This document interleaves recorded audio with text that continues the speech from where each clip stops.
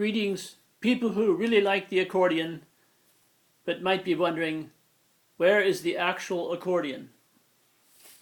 Now, if you saw my last video, stradella-bass accordion number 22A, Bloopers to Blues, I was trying to explain how, while I was developing, designing, inventing systems, you've seen it many times, I mentioned that I had failures.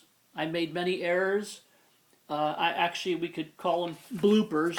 That's why it's called bloopers. They were failures. And then when I try to explain things on the internet, making these videos, I make many, many verbal errors. But during the process of developing my systems, I had some failures. And I mentioned that one was I failed at creating a non-modal unified scale chord system, something very uniform, something very consistent, and I failed. And I also failed at developing the perfect chord, and we'll talk about that pretty soon. Now, when I was working on those systems, all right, I encountered the situation which I mentioned in the previous video, where I would go from a major chord, the tonal center is a major chord, and I would drop down a minor third to a minor chord, and that works fine. Historically, we've seen how that works. Right? Here's an example. Your C major chord, the tonal center, you drop down a minor third, you get the relative minor. Or if you're working in A minor, you go up and you have your relative major. So I showed how I tried to go down in minor thirds, and I had failures, I had problems. I tried also specifically to show how to maintain my major, minor, major alternation, that I failed there also. I don't need to go into that. And I showed how in the circle of fifths, I discovered something. I thought, well, what if there's a more important relationship between, let's say, your one scale, let's say C as an example, and the opposite scale, which here it listed as F sharp. And I thought, what if there's more here than meets the eye? All right, so that's what I kept in mind. So I named the top scale in the chart the subject scale, which I already mentioned, and I named the opposite scale the aggregating scale, and I talked about that. So that's just to bring you up to speed. But the point was to try to move down minor thirds and maintain consistency and uniformity. I found that it doesn't work. In other words, it works for your basic relative minors that I just showed. It works nicely, and it has worked for hundreds of years. All right, it works nicely for your major quarter scale and your relative minor, or if you're working with your relative minor, it works nicely with your relative major. But other than that, I showed that it doesn't work. So what I thought to myself was, well, we must move to a different method for further insight. We must move to a different kind of method to get further insight. So naturally, I thought, well, what if we move up a minor third? In other words, can we move up a minor third interval? In other words, from root to root, all right, and still have our alternating major, minor, major system. So I thought, now let's try to go up, because I failed at going down. All right, did I make that clear? So, in an effort to change the method, the perspective, I took just a very basic chord, the major chord. You've seen this many times, the C major chord. You have your root, all right? You have your third and your fifth. That's a very simple chord. And so you have a major interval here, and you have a perfect interval from C to G. So that's very basic. And here's your traditional notation. You might see this or this. And here's my notation from my system. But that's just very, very basic. But it's a starting point, all right? We have some place to start. Square one. Now, can we move up? Can we move up from a major tonal center up a minor third and get a nice compatible minor chord. All right? Well, I don't think so. Look what happens here. You have your C major that I just showed, and you've moved up an interval of a minor third from your root to root, and you have your target chord, your minor chord. All right? Now remember, in the age-old traditional system, you can move down to get your relative minors. But here we're moving up. And when we do, we immediately see a big problem.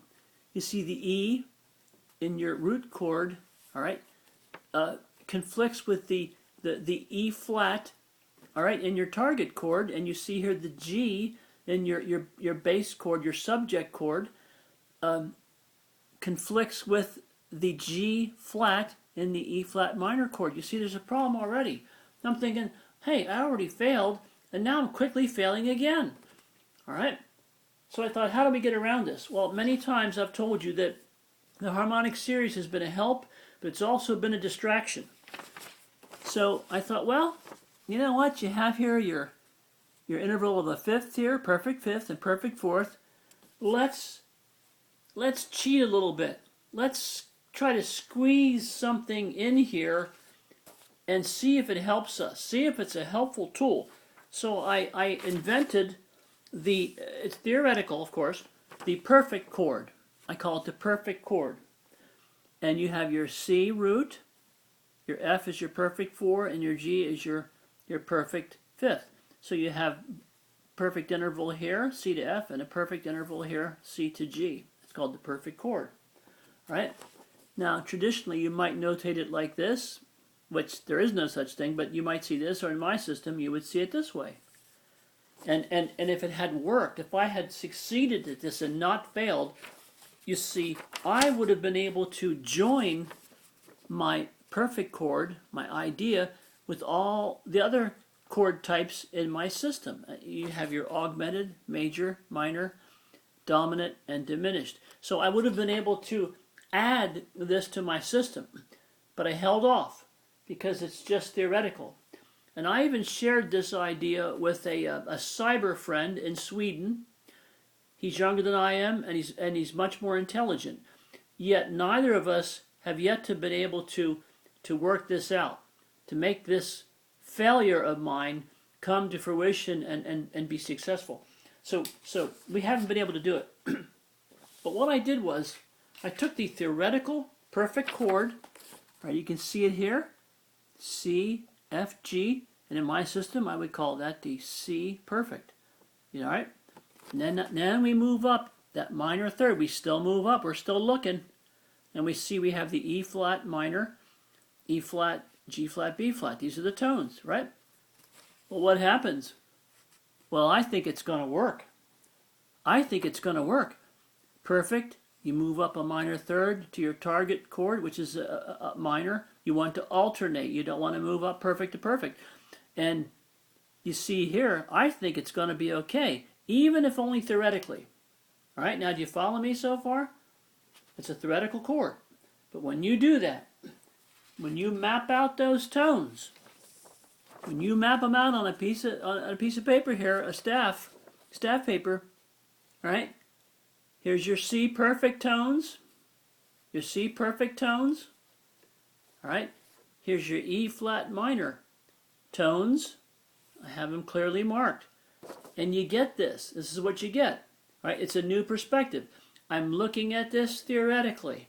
I'm coming in not historically or traditionally, a different way. So then I notice immediately that it reminds me of something. It reminds me of, from my system, the scalephrase system, all right? That's from my book. That's from my videos.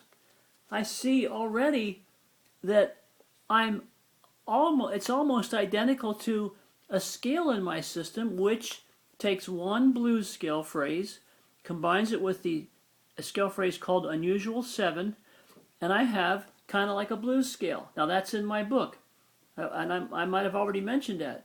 I did mention the unusual 7 scale phrase, and I'll tell you why. Because in the old Greek tetrachord system, they had a chromatic tetrachord.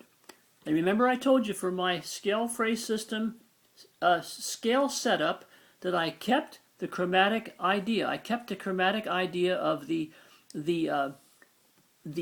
half step and multiple half step configuration because I liked it. I thought this is going to be useful for in the future. I kept this chromatic, all right, tetrachord scheme, all right, and I just transferred it. I made my own unusual 7 scale phrase, which you see the only difference is the pitches are descending here and the tones are descending in order of pitch, and these tones are ascending in order of pitch. But I kept the chromatic theme, and it's good I did. In other words, that was some of the original Greek tetrachords. I kept this and I kept this. Now, you go back to this and you say, well, that certainly looks a lot like a scale that's used in the blues, because automatically, if you're familiar with scales, it comes to mind. And you say, well, my goodness, that looks a whole lot like the traditional minor pentatonic scale. Look at that. That's a traditional scale that you're familiar with. And by the way, I keep reminding people, this is the same as the G clef, so don't get confused. It's the same as the G clef. I use my own clefs. So here you have the minor pentatonic scale. Now we're so close. From bloopers to blues, we're approaching the blues concept from a totally different way. You say, this guy's crazy. Nobody approaches the blues like this. This is wacky. Well, I don't think so. Because even back when I was working on my scale phrase system, that's the one in my book which I mentioned, all right? And I did videos on my scale phrase system, okay? Even back then, I was unconsciously headed toward or being primed for something related to the blues, okay? I was being primed for it. Now you see here, I was headed in that direction simply by using my theoretical perfect chord with my target minor chord, all right? I was headed toward the blues with my combinations of scale phrases. But the question is, well, here it is. I call it finding the blues. I was headed toward the concept in the scale phrase system by combining a blues scale phrase with the unusual 7. And then I took the second means to find it. The second pathway was to take the perfect chord, all right, theoretical, move up a minor third and get your target tones, your target minor tones. But is there a third way to approach or to use insight to find the blues? And I say yes. And in the next video, if you could just be incredibly patient, I'm going to show you how we can find it. There's a third way, and I don't think anybody, I haven't found it on YouTube, I haven't found it on Google, I don't think anyone's, I could be wrong, I don't think anyone's ever approached the blues from this direction. I don't think it's ever happened. So maybe we'll be the first.